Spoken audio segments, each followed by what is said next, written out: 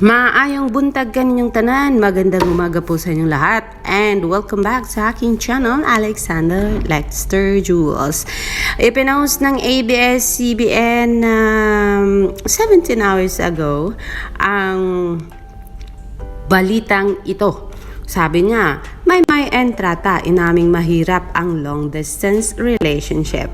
Sabi sa write-up na ito, mainamin ni Maymay Entrata ang hirap sa pagkakaroon ng isang long-distance relationship o LDR. Sa magandang buhay nitong Lunes, naging bukas si Maymay Entrata sa estado ng relasyon nila ng nobyo niyang si Aaron Hashkel na nakabase sa Canada.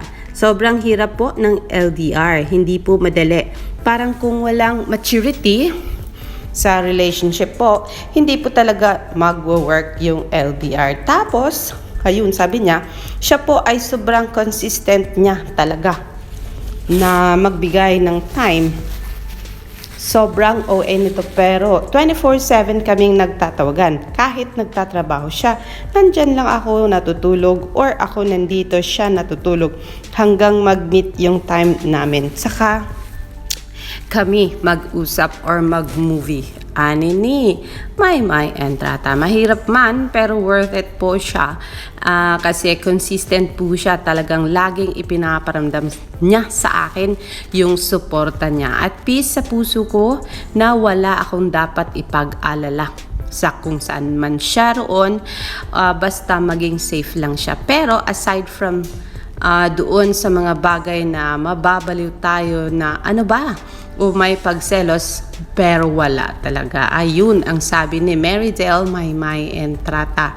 Giit ni Maymay, iba ang ginhawang na ibibigay ng tiwala sa isang relasyon. Ayun, time plus trust. Kasi nga pagtulog si Maymay, gising si Sir, nandyan lang daw si Sir. At kung panahong si Sir naman ang tulog, ay nandyan lang si Maymay hanggang sa may time na sila sa isa't isa. Grabe kapag may trust yung relasyon, sabi niya, parang ang dali lang ng buhay. Ayun.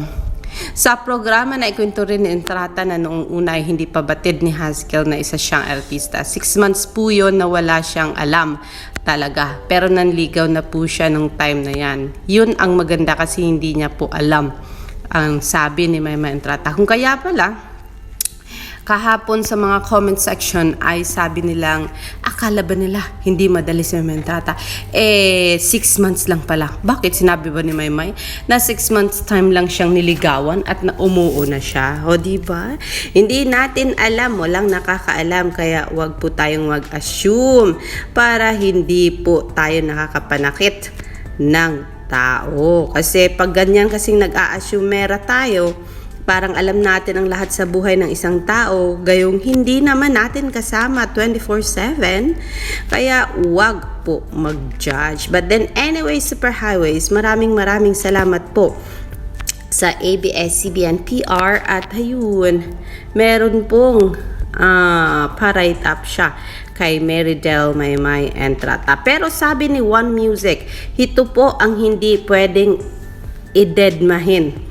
Hurry up na daw po and secure your tickets to witness the phenomenal Maymay Entrata live at One Music London. Treat yourself daw to an unforgettable music experience. Ayan, to Dedma, dadalhin na sa London. Hindi lang pang Pinas at nasa London pa. Aba, karagdagang balita, sabi dito, may ASAP taping daw kahapon si Marydel Maymay Entrata. Hayan po, narito po ang video. Okay lang. Kaya naman po. I mean, okay lang. Okay. That part. Okay lang. Kaya naman po. I mean, okay lang. Okay. That part. Nakita natin si Jameson Blake, nakita natin si Eric Santos, yun si Maymay sa kabilang photo, and ayun nga, siguro in preparation ito for next Sunday, mga kaibigan. O diba? So yan, hindi mo alam talaga saan papunta at saan paroroon ang showbiz life. At ayan, napakalaki ni Maymay na talagang meron siyang nakilalang Aaron Hashkel na talagang may tiwala daw at hindi siloso sa kanilang relasyon. Baka may ha, hindi masyadong magselos at hindi ka naman talaga mahal. Charot! Charot! Kasi kung ang alam ko, pag masyado kang mahal ng tao, ay magsiselos yan. Pero dahilan siguro dahil matured si Aaron, baka yun, hindi siya masyadong siloso. Pero posible, pag ayun nga, magkatabi kayo ni Edward, siguro naman may something doon. Diba? Huwag mo gaya may kay Alexander. Napakasilosa po ni Alexander. Kahit friend lang ay pinagsisilosan na. Pero yes, pakandadaan mo yan may pag walang selos, walang aray, walang walang spark. At wag masyadong kampante sa walang selos na tao kasi dapat merong selos kahit papano. Ay, nako, tinuruan pa si Mary Del Mayma Entrata ng kung ano-ano guys. Pero yes, yan po ay base sa totoong buhay ko kasi nga, LDR din naman po ako guys kasi syempre OFW. Pero ayun nga, tama rin naman siya.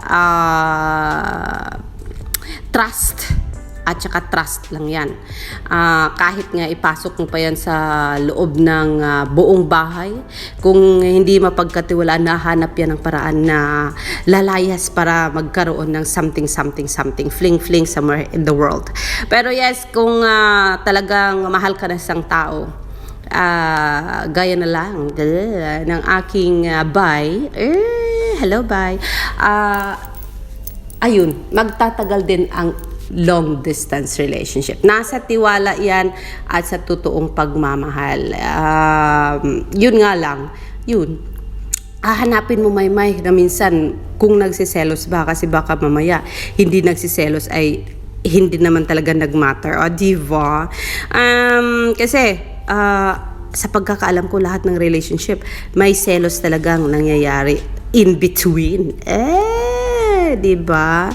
Kaya wag masyadong kampante sa hindi nagsiselos. At tsaka ayun, tawag dito sa LDR, yung constant at consistency, yung communication ninyo, talagang mag-work yun at nakakatulong para tumagal at tatagal pa ang relasyon. Hayan. Yes mga kaibigan, ano nang nangyari sa Showbiz Landia? Sabi ni Maymay Dreamers, Queen Kabugera Maymay on Magandang Buhay is still trending at 5th spot nationwide. Ayan, sa Pilipinas po yan ayan, 5th spot po, pang-5 po siya. Filipino actors trending, Queen Kabugera Maymay Entrata. Number 1 is Jungkook. Number 2 is Conquest 2023. Sulgi on number 3. Number 4, Marbel Loss as of Sunday. Yan po ay kahapon po ang trending na yan.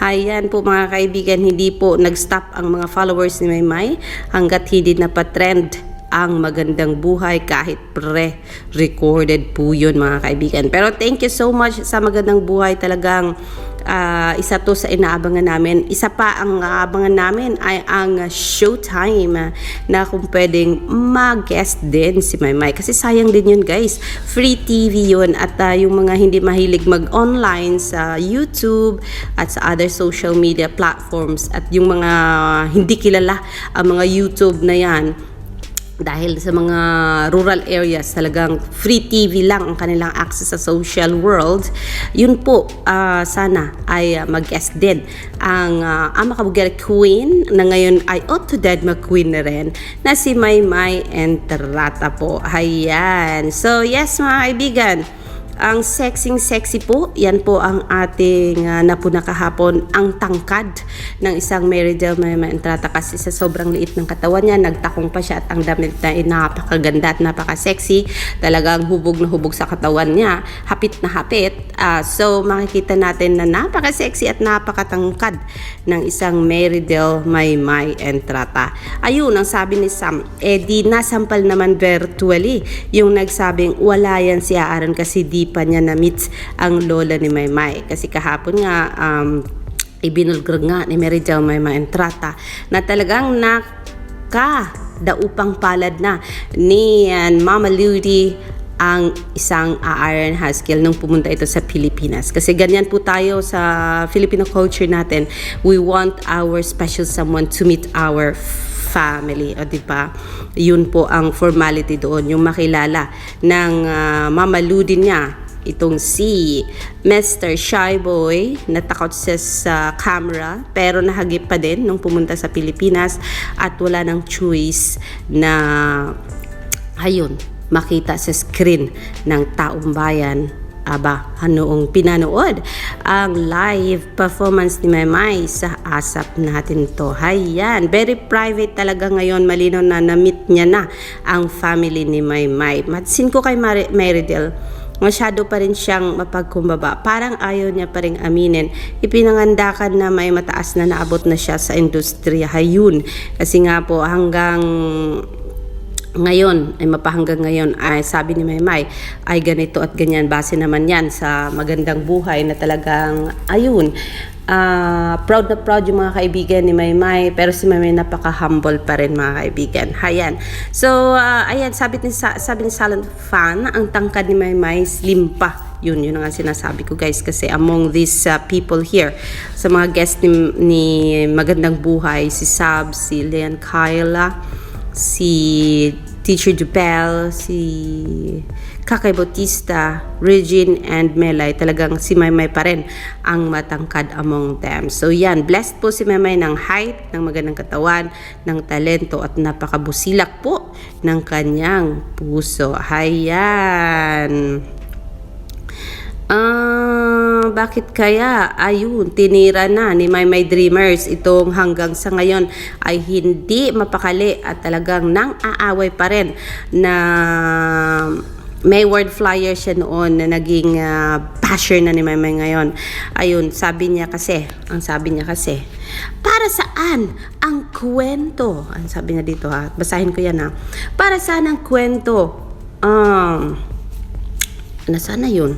Ba't hindi ko na makita? Ayun. Para saan ang kwento at explanation mo? Ang tagal din namin hinintayan, pero pinagkait mo. Tapos, pag may promotion, tsaka ka magsalita. May makikinig po pa ba kaya kung damage was done? Kasakit ka na dahil hindi mo ginawa. Tamang hinarap mo. Sana kami. Sabi niya?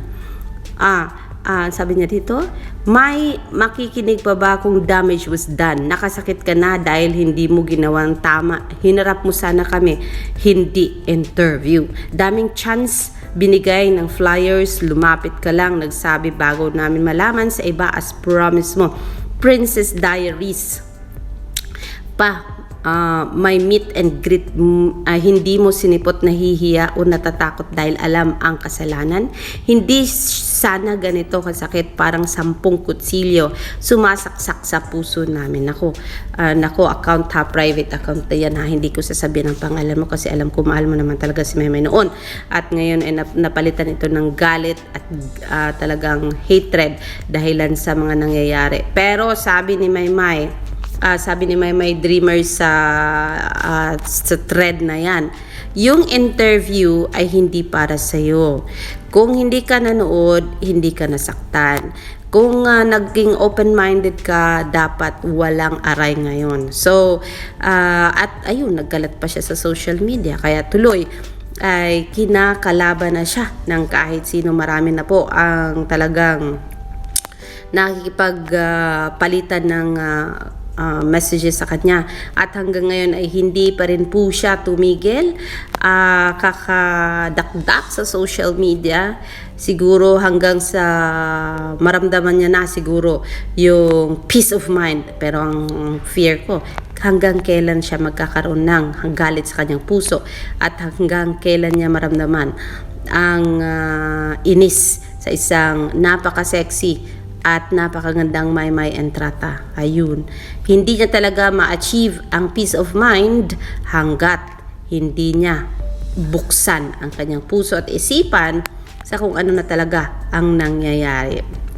Sabi ni Monique Dominic, Wala ka talagang pang-unawa at sobrang bastos humusga sa kapwa babae. Both camps may bashing for Mayward. Still, dapat respeto sa piniling pananahimik ni na Edward at Maymay for reasons na sila lang may alam. Kaya mali din na mag-imbento ka ng mga kwento. Ayan. Kasi sabi ng account na ito, dapat nagsabi na siya una pa lang, huwag i-bash si Ed at Barber family na sinugod ng mga solid niya. O diba? Dahil feeling nila nag-cheat yung isa, busy doon sa ka-chat habang binabash yung isang pamilya. Yung sinabi na meron na siyang iba, di tapos hindi na sobrang laki ng damage. O diba? So, sinabi naman ni Monique Dominic, February 20 from duo to solo na po sila sa mga IG accounts nila. March 2022, Pantawid issues happened. April 2020, OS that #Mayward are just friends was released. O diba? Official statement yon. December 2020, Edward stated himself that there is no need to push it any further. Contented na po sila ni na Maymay as friends. Ayun, may mga pa siya, may mga ebidensya sa mga ganyan. Ayun. So, sumagot si Alma. Meron sila ni Edward relasyon, hindi natin alam. Ang patakaran ng isang love team, kailangan nila sundin lahat ng sabihin ng management. Masaya ako sa nabuong love team nila noon. Pero doon lang talaga siguro sila. Bakit di na lang masaya sa kung anong meron both sila? Masaya nga sila pero ikaw malapit ng ma-high blood. Yun ang sabi nila sa isang account na talagang hanggang ngayon ay inaaway pa rin si Maymay. So, hindi lang iisa kundi ang daming Maymay Solids and Maymay Flyers, Mayward Flyers ang talagang sumugod na dito sa isang account nito na ito ay parang ilang linggo na po siyang nagbabad sa Twitter para lang ilabas ang kanyang galit. Sabi niya pa, saan natigil pagiging totoo tuwing binabanggit mahal mo kami? Bakit di mo sinabi na meron pang iba kami ang kasama isip mo siya? Kasama isip mo siya. Kung masaya ka sa piling niya, hindi na namin ipipilit pa, tanging hiling sa kanya, paluhain at iwanan kanya para malaman mo ang sakit ng ginawa mo. Alam ko. Ba't kasi ang judgmental mo? Bakit hindi mo alamin ang lahat ng nangyari? At bakit one-sided ka? Mo na talaga. Napakasakit sa mata. O, diba? Ma'am, hate to break this to you, pero hindi naman para sa inyo yung interview. You do not even need an explanation to begin with, considering you guys have been bashing her for more than a year already. You already picked a side. Ano pa hinihintay? Kumanatili ka na lang daw talaga sa side na pinag-sidean mo. Yun ang dapat gagawin mo para wag ka nang awayin sa social media kasi naka-below the belt ka na ng marami. Ayun. At kung kaya, baka ikaw yung dahilan. Kung kaya sabi ni Maymay ay auto-dead man na siya. Diba? Siguro nabasa na ni Maymay lahat ng comments mo. Napaka-judgmental mong tao. Hindi mo naman alam ang totoong score ng mga buhay nila. Alexander Lexter Jules. Nako. Mag-isip-isip ka kung sino ka man. Nako, hindi maganda ang ginagawa mo. Hindi nga si Edward nakikiosyoso. Hindi nga si Edward nakikiintrega. Kasi nga si Edward ay napaka-professional na tao. Kahit sabihin nating tahimik siya at talagang minsan hindi siya nagsabi ng kahit anong isang salita para sa isang may maentrata. Ikaw na taga-suporta ni Edward, bakit more than Edward ang ginagawa mo? Kasi siguro hanggang ngayon ay hindi mo maintindihan na naka-move on na si Maymay and Edward sa love team nila at may sarili-sarili na silang mundo. Kaya dapat ikaw din magkakaroon ka na rin ng sariling mundo mo na kasama ang pamilya mo. O diba? Sige, dyan na tayo matapos guys kasi parang hindi talaga matapos magbunga nga itong si Alexander hanggat may nababasa. I will see you later for more.